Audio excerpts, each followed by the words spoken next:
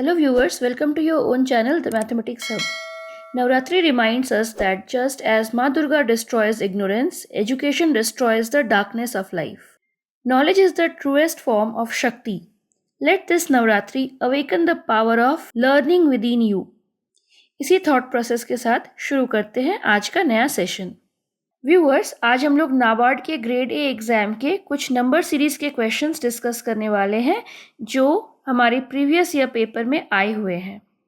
ये सारे question number series के हैं और सारे नंबर्स में आपको जो नेक्स्ट नंबर है उसको फाइंड आउट करना है। ये जो पहला क्वेश्चन आप स्क्रीन पर देख रहे हैं उसमें क्या हो रहा है, उसमें पहले दोनों नंबर्स के बीच में कुछ सब्ट्रैक्ट हुआ है, दूसरे नंबर और तीसरे नंबर के बीच में कुछ ऐड हुआ है। ऐड कितना हुआ है? 9। फिर जो दो नंबर्स आप देख रहे हैं 457 और 429, इन दोनों में कुछ सब्ट्रैक्ट हुआ है। कितना सब्ट्रैक्ट हुआ है? 28। और उसके बाद जो दो नंबर्स आप देख रहे हैं उसमें कुछ ऐड हुआ है। कितना ऐड हुआ है आप देख सकते हैं, इन दोनों में ऐड हुआ है 65। तो हमें फाइंड आउट करना है कि जो नेक्स्ट नंबर होगा उसमें क्या होगा। अब आप देख सकते हैं कि ये जो हमने ऐड और सब्ट्रैक्ट किए हैं इनमें कोई रिलेशन नहीं बन रहा है, लेकिन ये जो 2 है, ये 2 जो सब्ट्रैक्ट हुआ है उस 2 को हम लोग क्या लिख सकते हैं? हम लोग लिख सकते हैं 1 + 1 × 1 × 1। दूसरा जो नंबर है इसमें आप देख रहे हैं 9 ऐड हुआ है। अब 2 और 9 में कोई रिलेशन हमें अभी तक समझ में नहीं आया है, तो चलिए 9 को भी ब्रेक करते हैं। 9 का मतलब क्या है? 8 + 1। और 8 को हम लोग क्या लिख सकते हैं? 2 × 2 × 2। यानी यहाँ पे इसको आप किसी भी तरह से डिज़ाइन करें, बट एक्चुअल हेल्प आपको यही वाला टर्म करने वाला है, जहाँ पे हमने 8 + 1 लिखा और 8 को 2 × 2 × 2 के फॉर्म में लिखा। अब हमारे पास आया जो नेक्स्ट नंबर, उसमें कुछ सब्ट्रैक्ट हुआ है। सब्ट्रैक्ट कितना हुआ है? 28। तो जैसे यहाँ पे 9 का यूज़ था, यहाँ पे 28 का यूज़ है, यहाँ पे 2 का यूज़ है। चलिए 3 का यूज़ करके देखते हैं। 28 का मतलब क्या है? 28 मतलब होता है 27 + 1, और 27 का मतलब क्या होता है? 3 × 3 × 3। तो ये बन गया 3 × 3 × 3 + 1 करने पर आया 28। तो आप देख रहे हैं कि हमने ट्रैक कर लिया है कि नंबर्स क्या है। तो इन दोनों फर्स्ट नंबर्स में 1 का यूज़ हुआ है, सेकंड में 2 का यूज़ हुआ है, फिर 3 का यूज़ हुआ है, फिर 4 का यूज़ हुआ है। यानी जो हमारा नेक्स्ट नंबर हो जाएगा उसमें हमें 5 का यूज़ करना पड़ेगा। दैट मीन्स हमें क्या करना पड़ेगा? 494 में अब ऐड करना है या सब्ट्रैक्ट करना है, ये कैसे पता चले?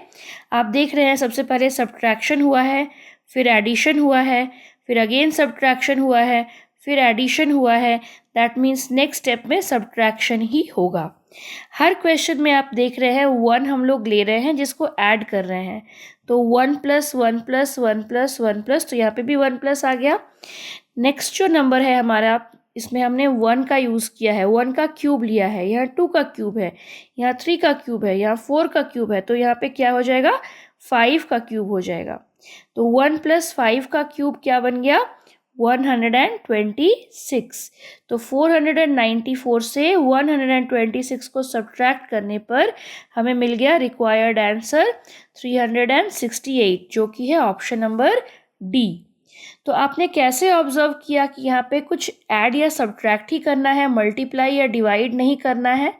ये हमने इस तरह से ऑब्जर्व किया कि जो पहला नंबर है वो भी 400 समथिंग है और जो लास्ट नंबर है वो भी 400 समथिंग है, और नंबर्स के बीच का गैप जो है, डिफरेंस जो है, वो बहुत ज़्यादा नहीं है। इससे ये पता चलता है कि कुछ ऐड या सब्ट्रैक्ट ही हो रहा है। अगर इसमें कुछ डिवाइड होता या मल्टीप्लाई होता तो इतना कम डिक्रीमेंट या इंक्रीमेंट नहीं होता। तो जैसे ही ये वाला और ये वाला स्टेप आप लोग करेंगे, आपको तुरंत आंसर निकालने में आसानी हो जाएगी।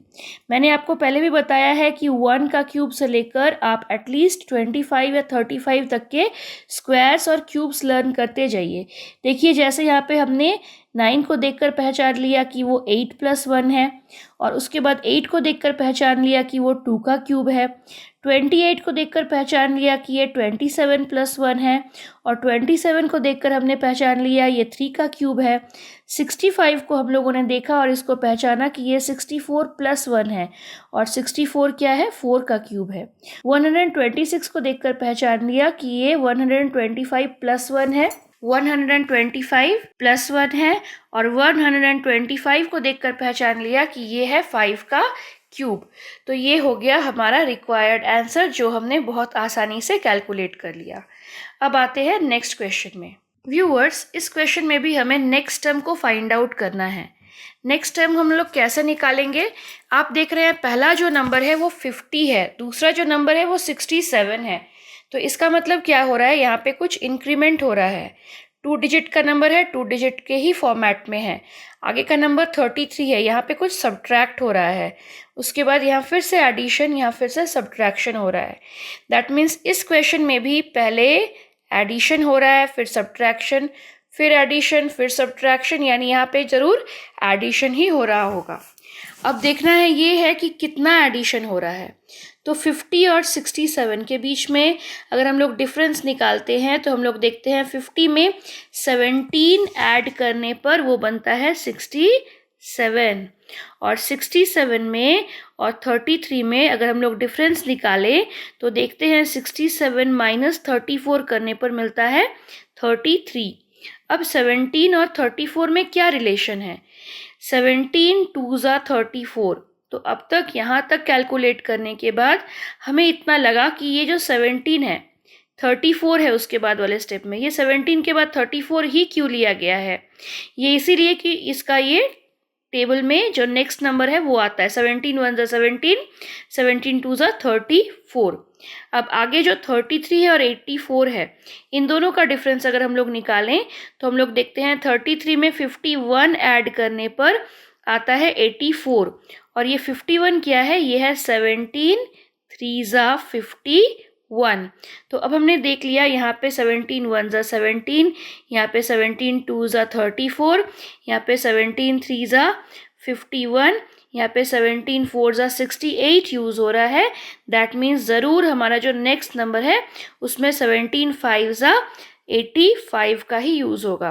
दैट मीन्स 16 जो है, 16 को हमें क्या करना पड़ेगा, 85 से ऐड करना पड़ेगा।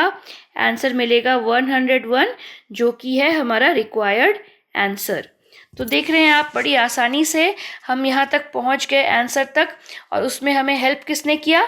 टेबल्स। आपको मैंने बहुत बार बताया हुआ है पहले भी वीडियोस में कि अगर आप किसी भी कम्पिटिटिव एग्जाम के एस्पायरेंट हैं तो टेबल्स आपको बाय हार्ट होने होंगे, लर्न होने होंगे, तभी जाके क्वेश्चंस सॉल्व करना आपके लिए आसान बनेगा। अब बढ़ते हैं नेक्स्ट क्वेश्चन की ओर। ये जो नेक्स्ट क्वेश्चन आप स्क्रीन पर देख रहे हैं, ये है हमारा आज की वीडियो का लास्ट क्वेश्चन। इस क्वेश्चन में आप देख रहे हैं हमें नेक्स्ट नंबर निकालना है। सीरीज़ में हमारे पास नंबर्स क्या क्या हैं? 2 है, 4 है, 12 है, 60 है, 420 है। अब देख रहे हैं कि ये जो इंक्रीमेंट हो रहा है नंबर्स का, ये बहुत फास्ट हो रहा है। फर्स्ट डिजिट जो है ये 1 डिजिट का नंबर है, 1 डिजिट नंबर है, और जो लास्ट नंबर दिया हुआ है वो 3 डिजिट नंबर है। गैप जो है वो बहुत ज़्यादा है। दैट मीन्स ज़रूर कुछ मल्टीप्लिकेशन किया जा रहा है। क्या मल्टीप्लिकेशन किया जा रहा है, चलिए फाइंड आउट करते हैं। 2 × 2 करने पर आता है 4, 4 × 3 करने पर आता है 12, 12 × 5 करने पर आता है 60, 60 × 7 करने पर आता है 420। अब ये 2, 3, 5, 7 इनमें क्या रिलेशन है? तो आप जानते हैं कि ये जो 2, 3, 5 और 7 है, ये है first consecutive prime numbers. Prime numbers क्या होते हैं वो मैंने ऑलरेडी एक वीडियो में एक्सप्लेन किया हुआ है। आप आई बटन पर क्लिक करके उस वीडियो को चेक कर सकते हैं, और आपको लिंक डिस्क्रिप्शन पे भी मिल जाएगा, जहाँ पे आपको नंबर्स के बारे में, नंबर सिस्टम के बारे में, टाइप्स ऑफ नंबर्स के बारे में और स्पेशली प्राइम नंबर्स के बारे में पूरी जानकारी मिल जाएगी। तो चलिए अभी बढ़ते हैं इस क्वेश्चन की ओर। तो 2, 3, 5 और 7 को देखकर हमने पहचान लिया कि ये जो सारे हैं ये कंसेक्यूटिव प्राइम नंबर्स है। तो उस तरह से नेक्स्ट नंबर क्या होगा, तो 2 के बाद नेक्स्ट प्राइम नंबर आता है 3, नेक्स्ट प्राइम नंबर आता है 5, उसके बाद का प्राइम नंबर आता है 7 और उसके बाद नेक्स्ट प्राइम नंबर आता है 11। यानी 420 को 11 से मल्टीप्लाई करने पर मिलेगा 4620, which is our required answer. तो आप देख सकते हैं ये प्रीवियस या पेपर जो था वो कितना इजी था। सिर्फ हमें कुछ ट्रिक्स याद करने थे। वो क्या, हमें प्राइम नंबर्स के बारे में जानना था, हमें टेबल्स लर्न होने थे और उसके बाद हमें क्यूब्स का नॉलेज होना था।